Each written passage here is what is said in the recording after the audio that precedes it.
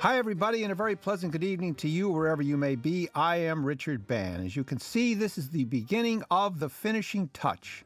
Note that Edgar Kennedy is billed here as Ed Kennedy as opposed to his 1928 directing screen credits on From Soup to Nuts and You're Darn Tootin', where it's the more impressive E. Livingston Kennedy. By the phrase "and finished in the first reader" on this first text title card, it tells us, without intending to, that we are viewing a descendant of the domestic camera negative as shot by George Stevens, who, along with Leo McCarey, are regarded as two of the finest film directors in the entire history of movies.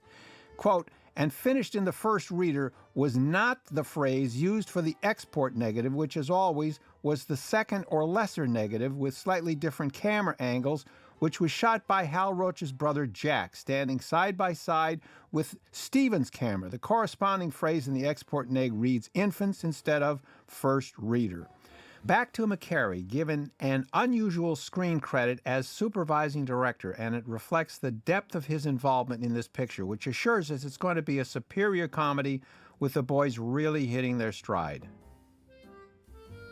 And we have a continuity error here. After Stan unwittingly unloads those building materials, 2 shots later, they all vanish from behind the truck. Where'd they go? Now, there are so many things in this film with ties to Laurel and Hardy's other work. We see Sam Lufkin here as the prospective homeowner offering Laurel and Hardy, of all people, $500 to finish that house. The same year, we have the equally crazy Richard Carle offer the same $500 to the boys in habeas corpus to rob a grave. How do these people find the likes of Laurel and Hardy for such work, and vice versa? And with price level changes, $500 in 1928 is worth almost $9,000 in today's inflated money. Now, that huge house we see periodically in the background is still standing and can be found at 2839 Forester Drive. The finishing touch is the forerunner of several classic Laurel and Hardy shorts, where the two are workers, laborers, with tools and a physical task to complete, a job to do, which, as we know, they will always screw up, always. The whole show is their interaction, their relationship littered with a blizzard of gags afforded by so many props. Pure slapstick mayhem sight gags. Hog Wild, the music box, Toad in a Hole, Busy Bodies, and Dirty Work all have their roots in this great two-reeler, which in turn draws gags and elements from Babe Hardy's earlier solo Stick Around and Stan Laurel's earlier solos Smithy, the Egg, and the Noon Whistle. And there's maybe echoes of Max Davidson's more recent Call of the Cuckoo, too. Later, in his own series at RKO, Edgar Kennedy made a two-reeler called I'll Build It Myself, 1946, directed by Hal Yates, who had directed Hats Off and who remade parts of it in another Edgar Kennedy short, It's Your Move. Then the Three Stooges try to construct a house in the Sitter Downers, 1937. And for once, don't lift any gags from Laurel and Hardy. But the best comedy ever about erecting a house might be Buster Keaton's 1 Week, 1920. And here comes Dorothy Coburn, going to bark and loud at Kennedy the cop about the construction noise. She's a nurse at a sanitarium with a sign that reads, "For Nervous Wrecks," and another that says, "Quiet." In fact, it was and is today a private home which you can visit on any trip you make here to Laurel and Hardy Land at 2728 McConnell Drive in Cheviot Hills, near Culver City and between the Fox and MGM studios. In the film, it's supposed to be right across the street, but actually it's 3 blocks northeast of where Laurel and Hardy are working on this house. These movies, well, that's another good trick on us. There's this text title which must have generated a big laugh because Mr. Hardy says the same thing to the 2 little kids playing in Bratz. Today's Cheviot Hills is full of beautiful old homes, but as you can see here in 1928, there didn't seem to be but a few structures on the horizon yet in any direction. It's all wide open spaces just before blossoming quickly into a huge, fashionable, residential real estate development. So consequently, what is a cop doing there on his feet, walking a beat in what we see as a wasteland? He's there for this comedy is the answer. That's what he's doing there. Try and find a cop anywhere in LA today unless you're breaking the speed limit, but that's another issue. Anyhow, you've got the same situation in Bacon Grabbers, made the next year and just up the road at the new home of the studio's then just hired sound man, Elmer Regis. There's not another house nor any people in sight in any direction, yet there is Harry Bernard in Bacon Grabbers as a cop walking a beat, only in two real comedies, you see. What we're looking at here, this house, like the one in Hog Wild, was actually built by Hal Roach Studios carpenters, probably including Charlie Hall, whose other job around the lot besides acting was as a carpenter. He probably was on the construction crew for what we see. And here in some of these scenes, watch how Kennedy, as the script calls for, takes it big, and how. And coming up, here is a great gag, an otherworldly, cartoonish gag with that long board, and one which always generates big laughter. You can call it white magic, or Leo McCarey said it was a, quote, fantasy joke. We just couldn't resist doing it, he said. Of course, we know how it's done. We just can't see how it's done. 13 years later, Stan does the same thing with another endless plank in the otherwise not so great Great Guns. He did it first, as I recall, in 1923, making the noon whistle, working for the first time with Jimmy Finlayson. And you wonder how different the finishing touch might be if this house was owned by Mr. Finlayson instead of Mr. Lufkin.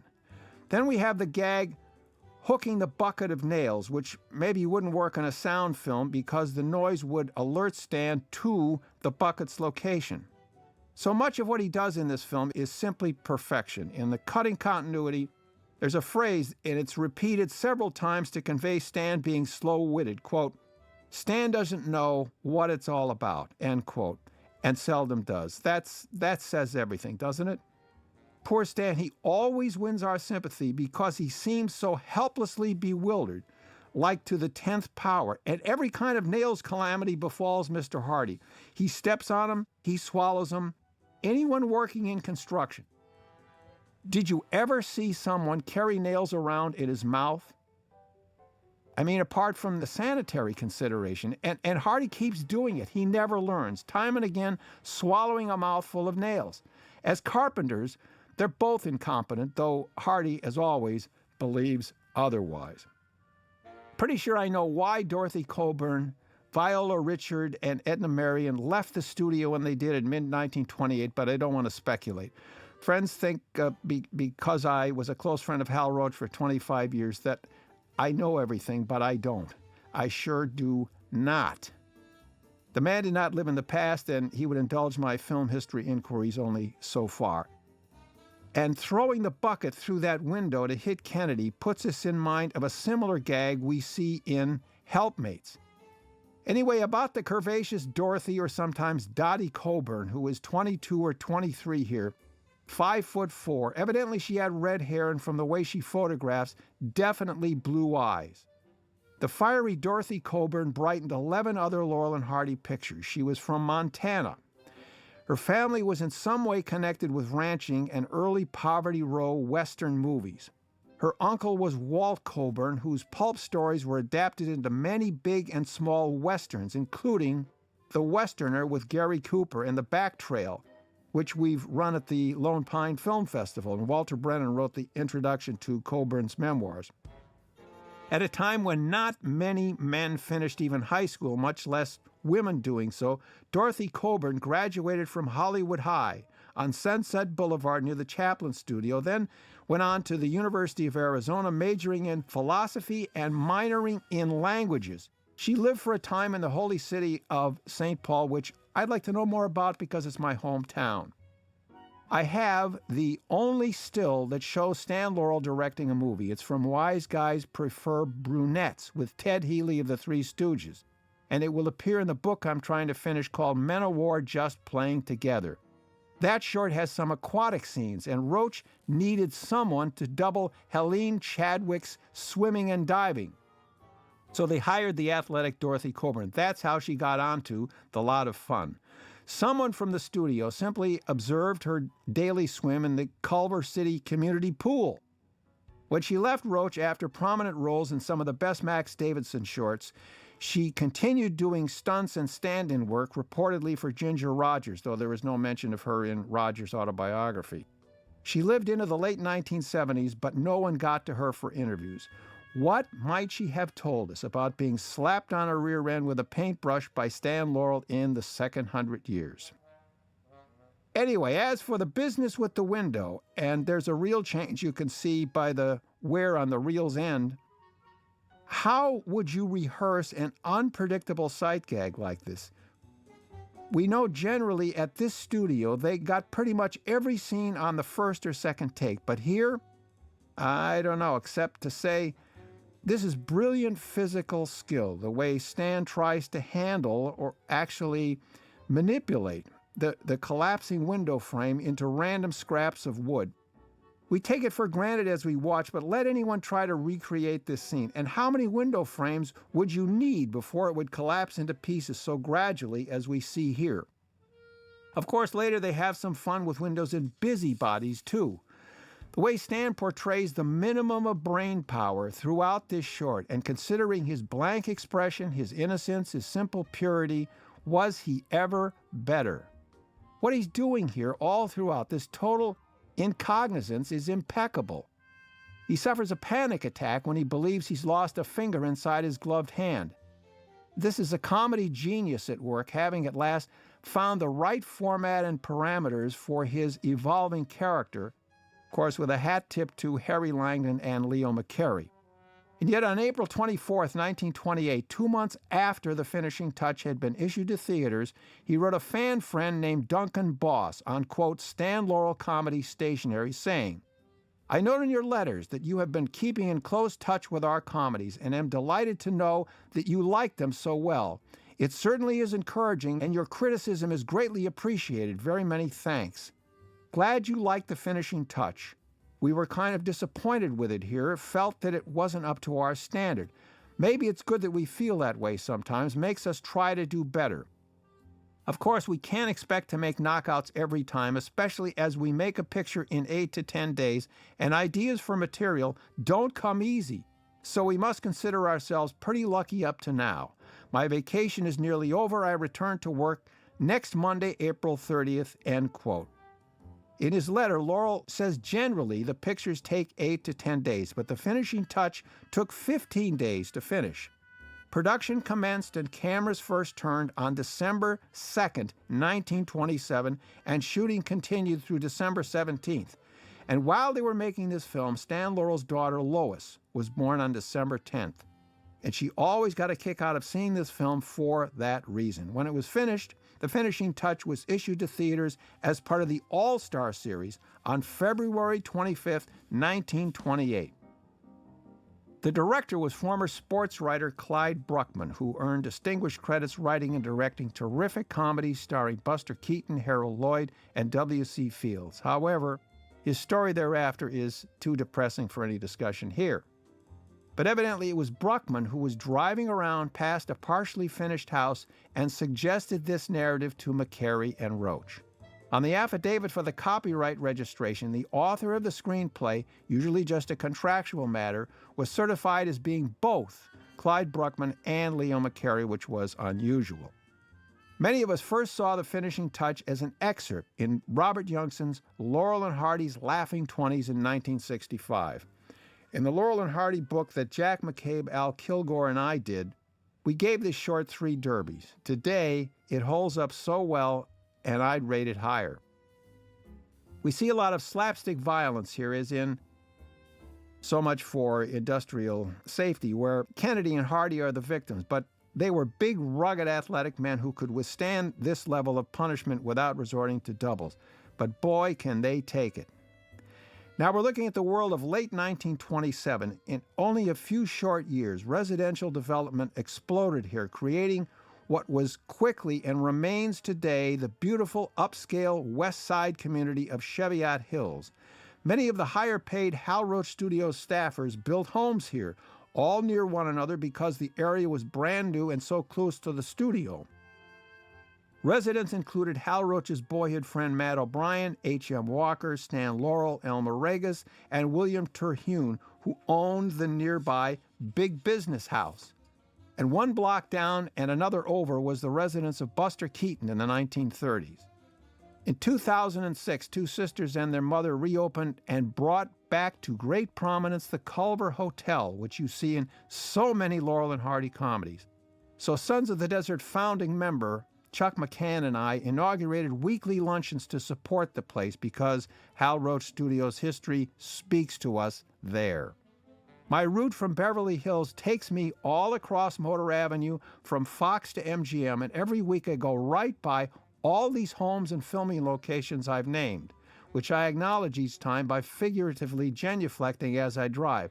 Always makes me smile, unless I cause an accident. The intersection of Motor and Club features a stoplight today, and that is where the finishing touch house was. Today, if you stand in front of that stoplight, you are on the spot where many, if not most, of the camera setups were chosen. And today, all the homes on Motor face that street, but the finishing touch house faced Club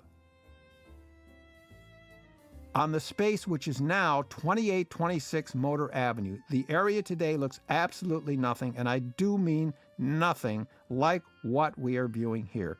I wish I knew the reason why Stax Graves shot so many behind-the-scenes candid or posed publicity photos during this shoot.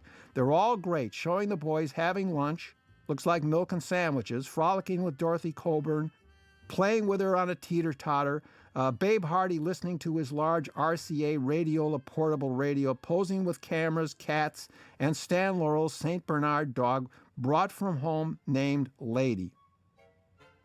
I'm fortunate to have about 50 stills from this film, many of these signed by Stan Laurel himself. One in particular that will appear in the Men of War book had Stan writing dialogue for himself and his partner on the still, in quotes, as in a fantastic single-panel cartoon. And it demonstrates how this man's fertile mind was always and everywhere, seeing comedy situations in everything he did. For the film's conclusion, the bird, the cartoon sparrow that flies up and lands on the chimney, toppling it and triggering a domino destruction effect, that's animation provided by Roy Seawright. Before he was producing decades of cartoons at Universal, Walter Lantz said he had been on the lot of fun, only 6 weeks while Flying Elephants and Hats Off were being made, but he was gone before the finishing touch. If Lantz had stayed longer, would the little bird we see be Walter Lantz's creation, Woody Woodpecker? The way this picture was supposed to end, according to props and set designer Thomas Benton Roberts, they planned for the truck to destroy everything by plowing all the way through the back of the house.